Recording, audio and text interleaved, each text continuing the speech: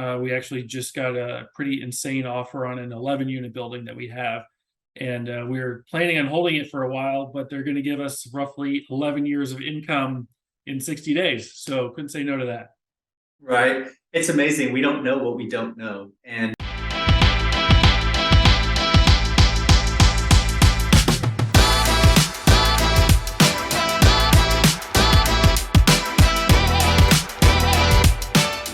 welcome to the Real Construction Owners Podcast, where we interview real construction owners, investors, and people doing big things in the world today. Today, we have a special guest, Damon Amato, the owner of Downeast Residential in Massachusetts.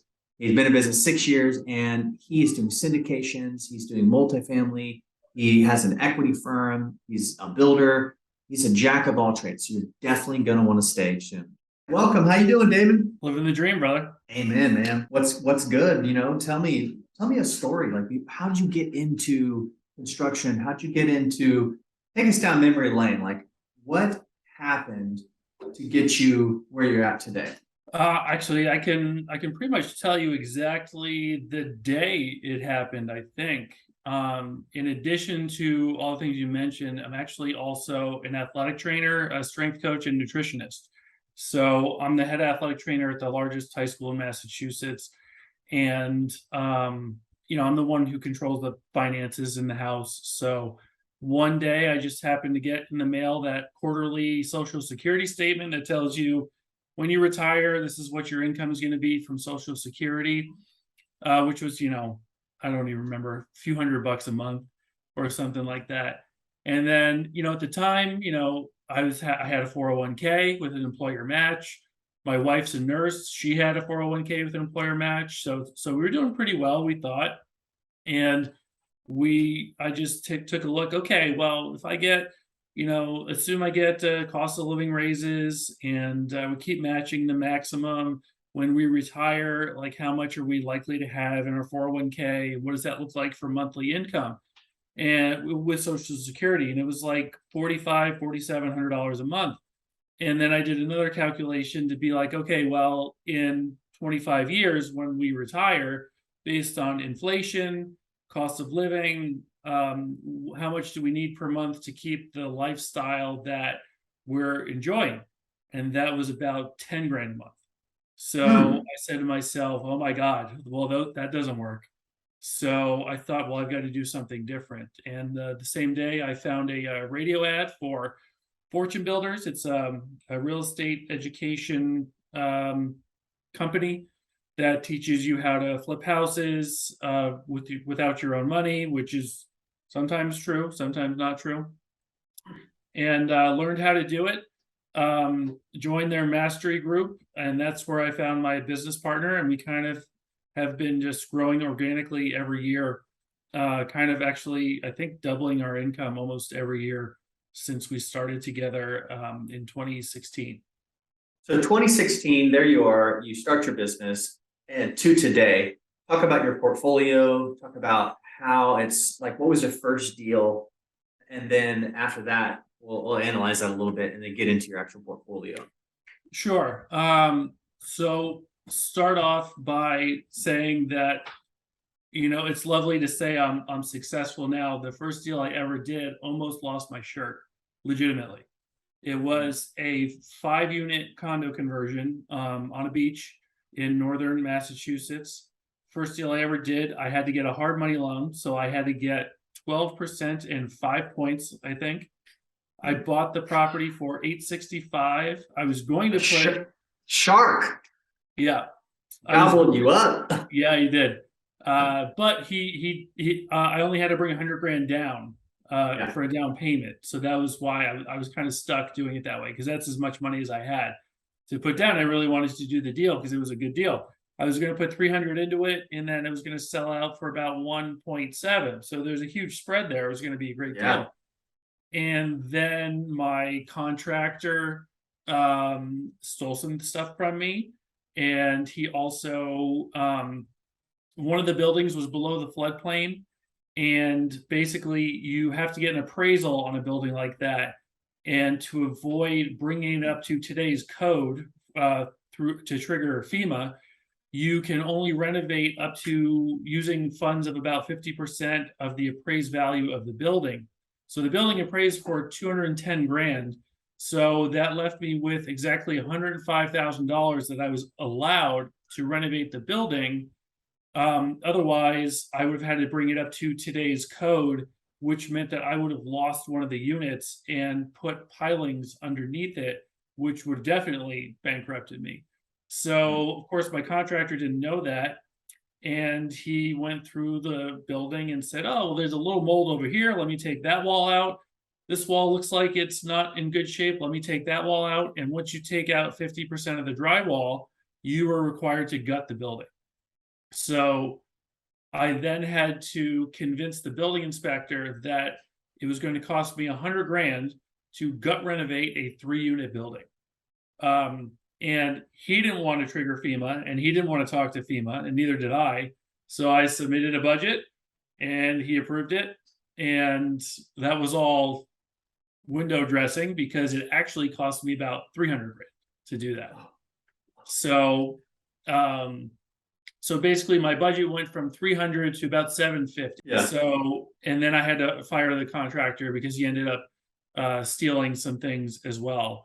And so after all said and done, I lost maybe 120 grand on that, Yeah. on that flip. That's a painful lesson, and we all Painful go lesson. through them. Sometimes we win, and sometimes we learn. What was the lesson you learned from that? Lesson I learned was that don't always go for the cheapest guide, because it may seem like the numbers are going to work great, but if they don't have the skill and you don't trust them the way you should, then and also you need the knowledge behind you to make sure that you don't screw up, and to do more due diligence on things before you get into them, which was a hard lesson, which one that I will definitely learn from. But you know, a lot of people will do something like that and they'll decide, okay, this isn't for me. I can't take this. I'm going to get a job to pay off the debt, yada, yada. And in my head, I was like, oh my God, I got to find 3 more deals to make up for that loss. Yeah, there you go. So, and then what happened? What happened next? So the agent that found me the deal was actually now my business partner, and he had another flip coming up in the same area, and asked me to partner with him. And so we did that one. And then we found a new construction lot in the same town where a builder really wanted to get rid of it. So we built that and sold it while it was being framed. And that went pretty well. And then we could just kind of roll it into more and more projects. My business partner's got a master's degree in architecture. So when we do renderings and floor plans, he does all of that. He does all of our designs, and he's extremely talented in that space. So we get many compliments about how our houses really flow and go together really well, and are always top notch in terms of finishes and choices and design. So you know, we built a bunch of spec houses. One turned into a custom house because somebody bought it before we even started digging. And so we built a really ridiculous custom house. We did another spec house that after we built it, the buyers asked us to do about $300,000 worth of upgrades. So the house was even more ridiculous than you can even imagine, including things like an indoor-outdoor wood-burning fireplace they want us to put in. They want us to put in a wood-burning hot tub, which I didn't even know that was a thing until they texted me a link to it. Wow. Yeah, they put in some that was my first, I think, introduction to the type of buyer that we're really dealing with. For example, after we bought or sold the house, the wife was walking me through for upgrades, and we're in the kitchen, and in this particular kitchen, we put a custom old wood island. It's actually custom made from a guy in Ohio. You have to get it on Etsy. And it's like a $3,000 island with about $4,000 worth of quartz on top of it. And she just casually went through and said, yeah, it's nice. You guys can have it. We want to replace it with cabinets. And so they gave it back to us for free. Oh my And God. then they paid an extra, I think, 23 to 25 grand to expand the island, put in cabinets, add a pendant light, put in a sub-zero wine fridge, a sub-zero beverage center. I mean, that's just the tip of the iceberg. That was a crazy house. I'm curious, do you prefer these in and out spec homes? You don't have to talk to anybody, make your money on the sell, or do you prefer those custom kind of scenarios where the bigger ticket items where you're in the mix with the homeowners? Prefer spec houses because then we don't have people telling us certain things that they want to put in that we I guess gently try to tell them, it's not really going to work the way you think it's going to work, or it's not going to look the way you're hoping. And some people just are very rigid on their choices, and sometimes that makes it tough because these are, this is our product that we want to show off on our website and throughout town. And if they make choices that make it look not as nice as we would like, then that ends up being something that we can't advertise. So that does make it a little bit tougher. That's funny because one of my dad's friends is a builder and he used to build the mansions, and he said, "Son, like I'm doing spec homes now. It's way easier, way quicker, make the money, get in and get out." Now, Right. as far as you started off, building, renovating, fixing, flipping, burring, doing the burr method. And what does y'all's portfolio look like now that you're actually assets you're holding? For holding, let's see. Off the top of my head, we have several syndications. We have a 107 unit portfolio by the Lakes region in New Hampshire, which is by all around Lake Winnipesaukee. We have an 80 unit portfolio in Fitchburg, Massachusetts.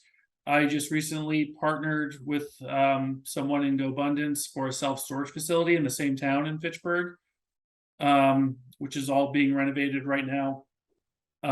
Let's see, we have a few 4-unit buildings, 5-unit buildings. We have a 12-unit motel that just last week we did a change of use, got a variance to turn it into multifamily. We next week are about to buy a boutique hotel in Newburyport, Massachusetts, which is a high-end coastal town, which is probably going to be like, I would consider that like a legacy property for us, because we're planning on holding it for a very long time. And the best part is that it was used as an inn for about 30 years, but not legally. And the owner didn't really realize that. So it took us about 18 months to get the proper permits to get a hotel license. And literally, I think last week, the town banned short-term rentals inside the city. So our rates just went up 30%. Yeah. So you can't rent that short term now, but you just got that short term rental. You can. We can, because we have a hotel license. Ah, okay, cool. I see. And that is a town that has no hotels. That's incredible. So you're at well over a couple hundred units now? Under management, somewhere around 350. We also have the largest single building we have is a 47 unit brick building in Worcester, Massachusetts. Awesome. That's a really good one. As an investor, I just love to see the success you've had in that short amount of years. What would you say is your top, 1 or 2 secrets that enable you to just buckle down, laser focus, and just acquire so much, and not necessarily use all your own money, because it sounds like you had to come up with a lot of money.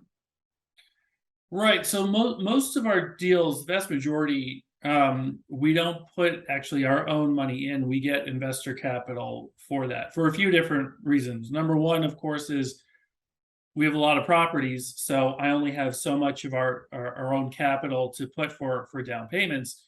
And the other reason is, when we've had a couple of investors for over 6 years now who are really easy to work with, but also when a property closes, they don't want their money back. They want to roll it into the next project.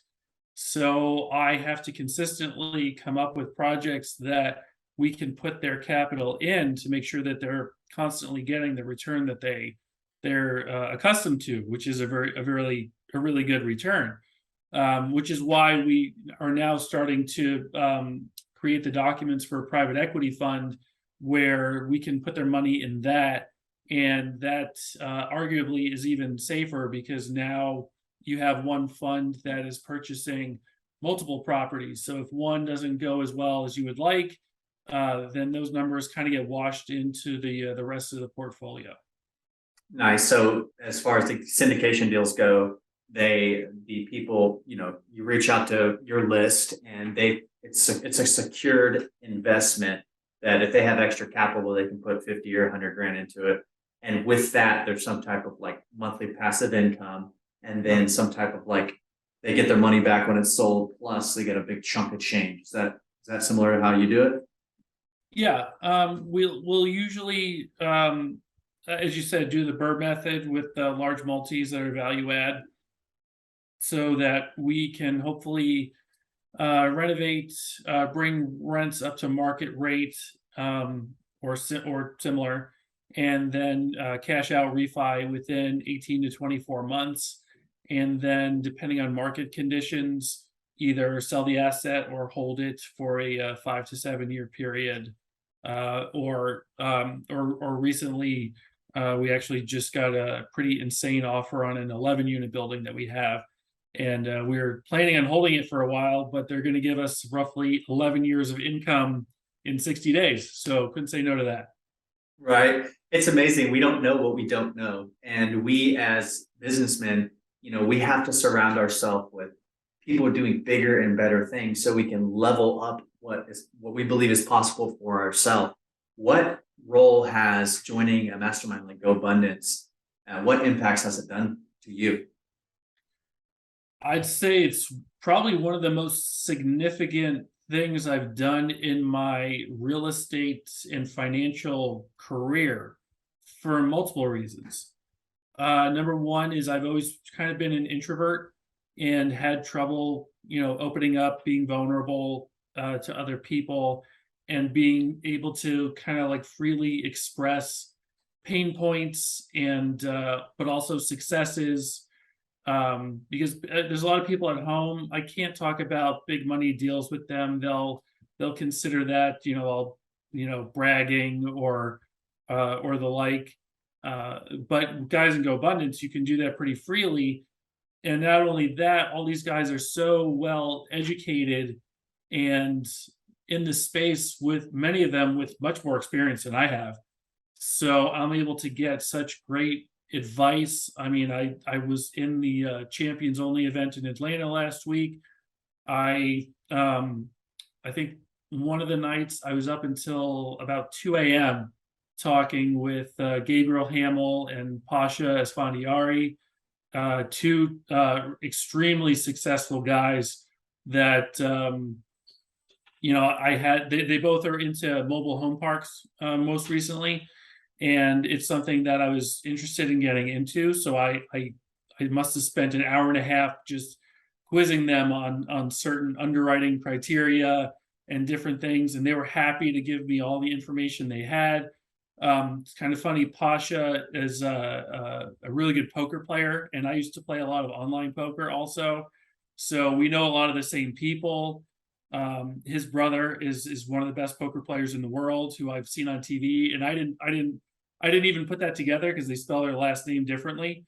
Yeah. So it was kind of funny to just find that out, and then just both he and I feel like we're the only two that can really like talk the ins and outs of poker together, because we've been in the trenches and played a lot together, and it's a different level of conversation than with people who only play casually or don't know the game. So It's just it's amazing the things that you find from people just with a simple conversation, and how open people are, and how helpful they all can be. I think it really makes me motivates me to get better at what I do, not just in real estate, but with like health, nutrition, strength conditioning stuff, so that I feel like I can give back to guys when they have pain points that I feel like I'm kind of an expert in and know what I'm talking about. And it makes me feel good to be able to help other guys, because up to now, I feel like I'm the one who's been constantly getting advice, getting help from guys who are more experienced than I am. So it really feels good to be able to kind of give back in that way. Yeah. So contractors, listen, if you're listening and you're like, what is gobundance? Check it out. Go to gobundance.com and just fill out the form. Not everybody qualifies. You have to have a certain net worth. And it helps you become a healthy, wealthy, spiritually inclined dude who does epic stuffs, because we take cool trips, we do challenges. Make sure you mention Justin from Real Construction Owners sent you, because I got a little deal worked out with them. And I'm curious, have you been on any epic retreats and done like difficult, challenging things with the group? I've only been to 2 events. I went to Miami over the summer and I did Atlanta last week. So okay, so you haven't done like the actual retreat, like the destination retreat where you no, I haven't done specific destination retreats. I went to Costa Rica in February of this year with my family, and actually all the partners in our syndications and their families. So there's like 15 of us hanging out in a sick house on the beach in Costa Rica. So that was nice. a lot of fun. And the tough part was 2 weeks before the trip, I tore my Achilles. So I was in a boot and one of those little scooters the whole time, but it didn't stop me. Like I went zip lining. We went on a catamaran. We did 2 ATV tours.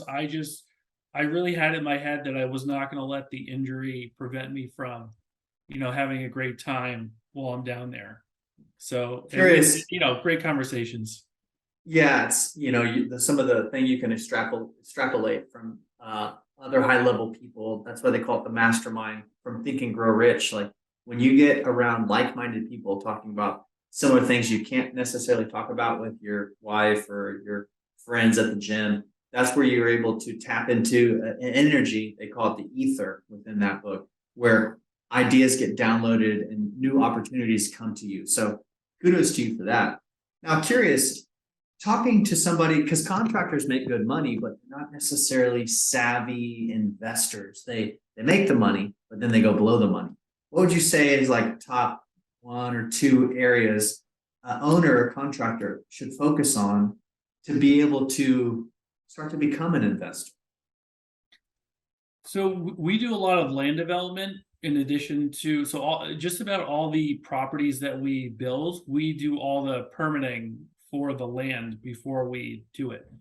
And that is important because a lot of those properties either have been sitting on MLS forever, or the owner just has no idea what to do with them. And my business partner, his first job, he worked for an architecture firm in Cambridge, and builders would just bring him, hey, I just bought this lot in this town. Tell me what I can do with it. Because that's not their thing. They don't know they don't know zoning code. They don't know, AutoCAD. So they just need someone to kind of tee it up for them. So that's kind of been our specialty, and our biggest vertical income comes from that, because we do all of our own board meetings. Sometimes we partner with our engineers so that we cut our initial startup costs for that kind of thing. So, for example, last year we bought, my business partner has a condo in Waterville Valley, New Hampshire, right by the mountain. And he just happened to be there and saw a sign for these 2 single-family house lots for sale. It wasn't even on MLS. It was literally just a sign. And we got those lots for, I think, $265. And it cost us about $8,000 in surveying and initial engineering. My partner did all the renderings, did all the floor plans. We did all the board meetings ourselves. And then we passed 12 townhouses and a single family. So we were our all-in cost on that was less than $300,000. And we sold the property to a developer for $915,000.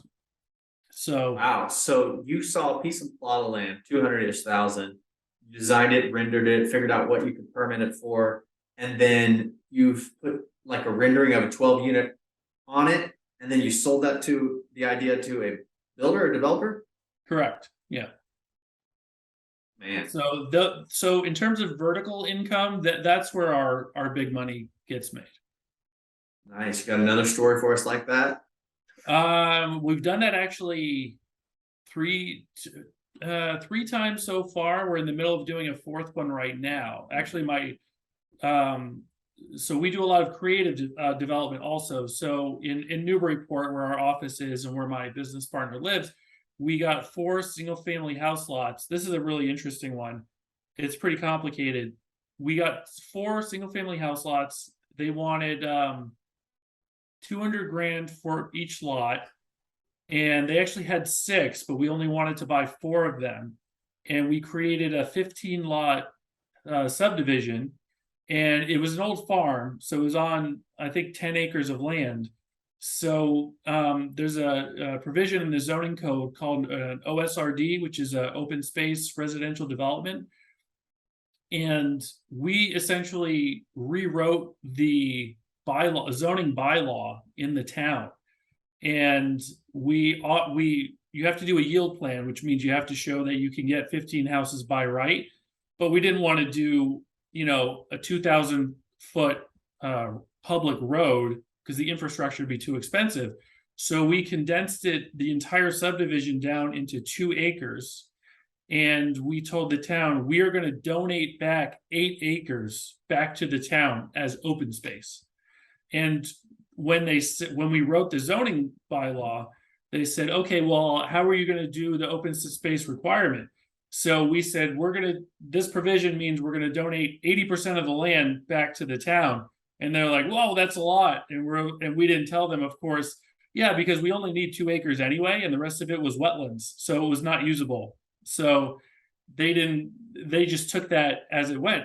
And then the funny thing was, the town then said, well, we want you to buy the other 2 lots.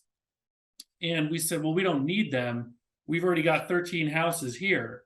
So they said, well, but we really want you to, finish out the subdivision in that area. So we just told them, okay, well, there's 2 lots for 200 each. We'll buy one. If you buy the other one and you give us a density bonus of 2 more houses, then we'll do it. So we actually got the city to pay $200,000 to buy one of the lots for us and give us an extra 2 lots in the subdivision. Love it. Dropping bombs here, bro. Dropping bombs here. So you saw the land. This is above me, just so you know. I'm gonna be straight up. Like, I'm just like taking notes here, like hands on fire. Okay. So you bought the lot, and then you have an architecture who designs it. You have engineers, architecture who design it. Can you just like put it in steps for me? Like real simple, do this, do that, do this, do that. So you get the lots under agreement first, of course. The first thing we did was had a meeting, figured out what we thought we could get out of it, so that we know that it's, it would pencil, it would be a good enough deal for us to want to buy it. And once we do that, you have to get a survey. And I left out actually the most complicated part was that it was a farm before that. So it was technically agricultural land. So you have to go through the 61A process, which is turning agricultural land into residential land. And during that year-long process, the town actually has the ability to buy it out from under you if they so choose to. So which is a risk, right? So the first thing we went to the town and we said, look, this is what we want to do. This is why it's good for the town. This is why you should let us do it. We want you to write a letter that says that you're not going to buy it out from under us. Because, what would have happened if we spent $150,000 on engineering and then the city says, oh, well, we're going to buy it anyway. Then you've wasted all that money. Yeah. So during the 61A process, we got them to agree to not buy the land. So it was going to be ours. You get a survey, you have to flag the wetlands, you have to see what is buildable, what is not, and then hire an civil engineering company to do all the drainage and calculations and topography and all that stuff. And then they can just kind of plunk rectangles of where the houses would be on top of them. And then from there, we would have to design the houses. And you could just hire an architect who, for a project that big, would be very expensive. So instead, there's a company close by in New Hampshire that sells stock plans. That it's very inexpensive to buy the stock plan and then modify it based on the topography and the orientation and what have you. So we got those. We did 15 houses, and 15 houses are, although they are somewhat similar, there's no two that are exactly the same. So it's a very unique neighborhood. So we went through that whole process. The 61A, once that got converted, then we had to get a special permit for the OSRD through the planning board. And once we pass the planning board, then you have to go to a conservation committee and pass with all the wetlands. We did not have to go to the zoning board because it's not in their purview for that. But once we passed through planning board and conservation, then we had our initial approval. And then we had to finish up the engineering for the road and infrastructure, sidewalks, hydrants, lighting, that kind of thing. And I'm probably even forgetting other things that we had to go through because it was quite a process. Right. You have that. Once you get all your full approvals and you have building permits, and we did all this, by the way, while it was under agreement. So we did not own the property. Actually, we sold this property to another developer who built the whole thing, because at the time, this was 4 years ago, at the time we were not well set up to do like a public road and things like that. So we sold it to a bigger developer. My business partner kept his lot, which is also very complicated. And we sold it to the developer to build everything out. So we actually never owned this property. Wow. So you were in the middle of it all. You acquired it for X and sold it for Y. Right. Did you share what X and Y were? Right. So knowing now, of course, I wish I had kept one of the lots myself, because I got an extra 50 grand. My partner got one of the lots, built his house for I think 450. So he was into his house in total for about 500,000, and he just got it reappraised like 3 months ago at 1.6 million. Nice. So I wish I could have done. I wish I did that. What did you guys sell that whole plot for? I think we ended up making about 200,000 on that, Nice. which is not that much, only because it was market was a lot different then. So yeah, and it was a little bit iffy where the market was shifting towards, and we did take a little bit of a discount because there was only so many builders that can do a 15 lot subdivision with infrastructure like that. And he was very interested in it, and we were definitely not set up to do it. So we really didn't want to buy it ourselves at the time. So, and he got in early enough that it made us comfortable that we're making, a decent chunk of change. And it's a win-win for everybody, right? Right. That's what it's about. A win-win for everybody. Right. Man, I need to stay close to you because I'm in Costa Rica, and there's like 15 acres in the mountains, and each like 0.2 with a little house will sell for like 400,000 or 500,000. 0.2 acres will sell 400,000 or 500,000. Yeah. And there's 15 acres that I can buy for like 500K. But obviously I'm busy doing other things. And I'm thinking, man, if I just had the right team, who, not how, like the book, to collaborate it all, we could do some big things. So I appreciate you. We actually, when we were in Costa Rica, we came very close to buying a hotel there, which would have been great because one of our syndication partners is a wealth and mindset coach also. And she wanted a place to have like retreats, and we love the area so much. We're like, let's see if we can buy something. And we came real close. It would have been 7 million for the hotel, but the issue is in Costa Rica, as you know, it's really hard to leverage anything. You have to pay cash. So the seller wanted a non-refundable $700,000 deposit, and we were all just kind of like, we've never built Yeah. out of country before. This is a big Yeah. one. Like we just didn't feel comfortable doing it. Totally understand. I'm buying a beautiful house right now in Costa Rica, right on the river. New build, like gorgeous. I was gonna buy an old home, fix it up, but with what I'm doing with my life, I need to just focus and put my head down and grind. And I wouldn't be able to do that in the one I could force appreciation on. So I'm just gonna buy Right. like a resort like home ready for me to go. Right. Curious, what does your company look like? Like, break down the people who run your organization. So the principals are myself and my business partner. We're 50-50. We own the company. We have a project manager who handles the new builds and renovations. And we have our operations associate who is, basically our assistant, and she handles all the back end paperwork. So those are our only two actual employees. We're considering acquiring a construction company right now that has a couple project managers, 7 or 8 employees.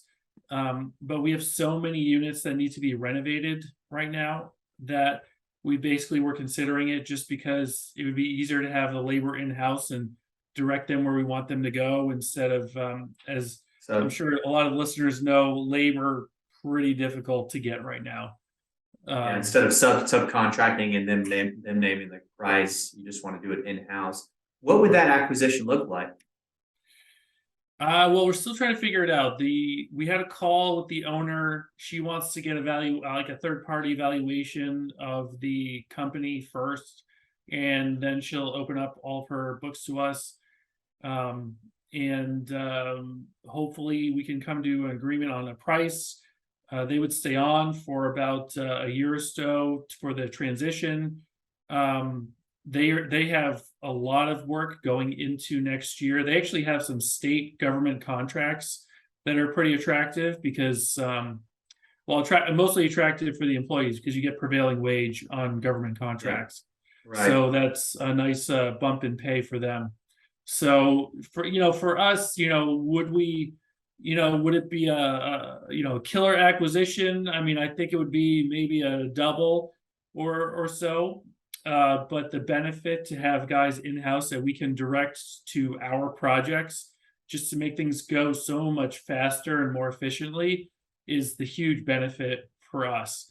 And if we already have a lot of work coming up, then we can really improve the income of that company. I can't remember what their EBITDA is, but I know we can do a lot better than they're doing. They don't even advertise, and they're doing really well. So That's that's awesome, man. So what would you say you spend your time doing? What is your role? so my role right now, vast majority of my hours lately has been coaching my son's baseball team. Nice. Which he loves. I love too. It's great to have that time. As I said before, I'm the athletic trainer for the largest high school in Massachusetts. But this year, I hired somebody to take my role, and I also have an assistant there as well. So I go there like once a week, maybe. So you Uh, still have the job, the title, but someone's doing the my work for you. company has a contract with the city for athletic training services. So I've hired somebody to work full time and also have a part-time assistant. And I Beautiful. also have You're a real you're a real business owner. Like you're yeah, finding the yeah, who's. You're finding the who's, not the how. You're not figuring out how do I do this. You're saying who can do this for me. right. And I think a lot I probably should have hired somebody 2 years ago. It was hard for me to give that role up at the time. But I think one of my main drivers was actually a podcast I heard Gabe Hamill was on. He's a champion in gobundance, and he was talking about how it's not specifically a money thing for him, it's a time thing, that he wants to have his time back to do what he wants with his time. And that really struck me as, yeah, you know what, the money is coming in, the money is fine, but it's the time that I'm looking for to get back. My kids are 14 and 10. I want to be able to coach my son's baseball team and spend time with my daughter and watch her play soccer and spend time with my wife in the middle of the day, going to a botanical garden, having an iced coffee and just relaxing. So those are the things that are extremely important to me.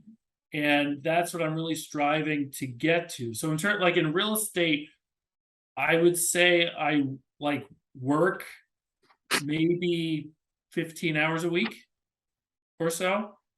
And a lot of that now is only so much because I'm writing the documents for our private equity fund. I'm doing a lot of things that are in preparation to become even more systematized to the point where they can run without me, which a lot of guys in GoBundance, for example, the guys who've been doing this for a real long time have done such a great job at that. Some of them even say, like, they're bored because they've done such a great job putting everything together and having such a high horizontal income that there's not a whole lot for them to actually do. I know. I've met guys that have $1 million+ a month in passive income, and Yeah. it's so systematic to them that they're like, man, I need challenges. I need something to do. I'm just like, oh, let me pick from your brain. I love this. Yeah. And so that's the kind of thing that I'm striving for. I want to get to that real high horizontal income that will essentially buy back more of my time to be able to travel with the family, coach my son's baseball team, spend more time at the gym. I want to get back into Brazilian jiu-jitsu.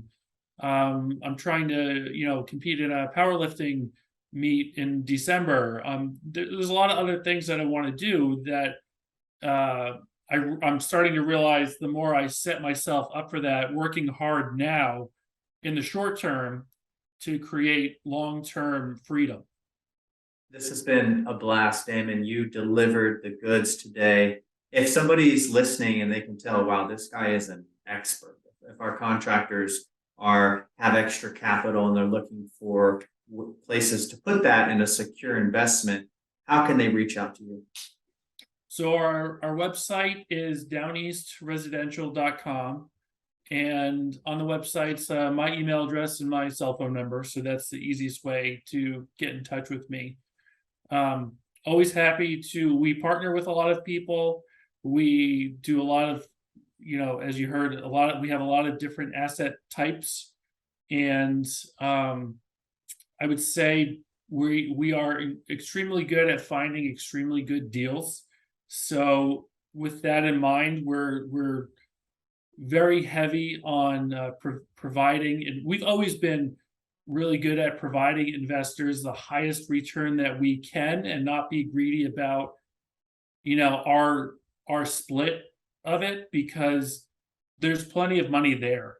I don't need to be Grant Cardone-ish, for lack of a better term, Right. about getting the money, because there's a lot there. There's a lot more coming. It kind of makes me happy we have two investors who have been with us for more than 6 years, and we've always given them a great return. And we've had a couple of deals that don't end up as good as they would like, and they stick with us because they know that we're always coming up with more. And that's the biggest reason why we're starting the private equity fund, because now it becomes arguably even safer, right? Because now you're not putting your money into one deal, you're putting your money into every deal that the fund owns. So if one deal doesn't go as well as you would like, it gets washed away by all the other deals that are doing great. It's truth right there. Damon, Amato with Downeast Residential. Listen, guys, if you're in this, we talked about syndication deals, we talked about expensive lessons, we talked about creative financing, we talked about land development. And if that interests you and you want to grow, if you're a growth-minded contractor, you need to surround yourself with growth-minded contractors. Check out GoBundance. Go to the website, gobundance.com. Mention I sent you, and that changed my life. It helped me increase my net worth substantially in less than 1 year's time by getting around those types of people and then riding their coattails, doing what they told me to do, and having the availability to just pick up the phone and call them whenever I hit a roadblock. Damon, this has been a blast, man. Thanks so much, brother.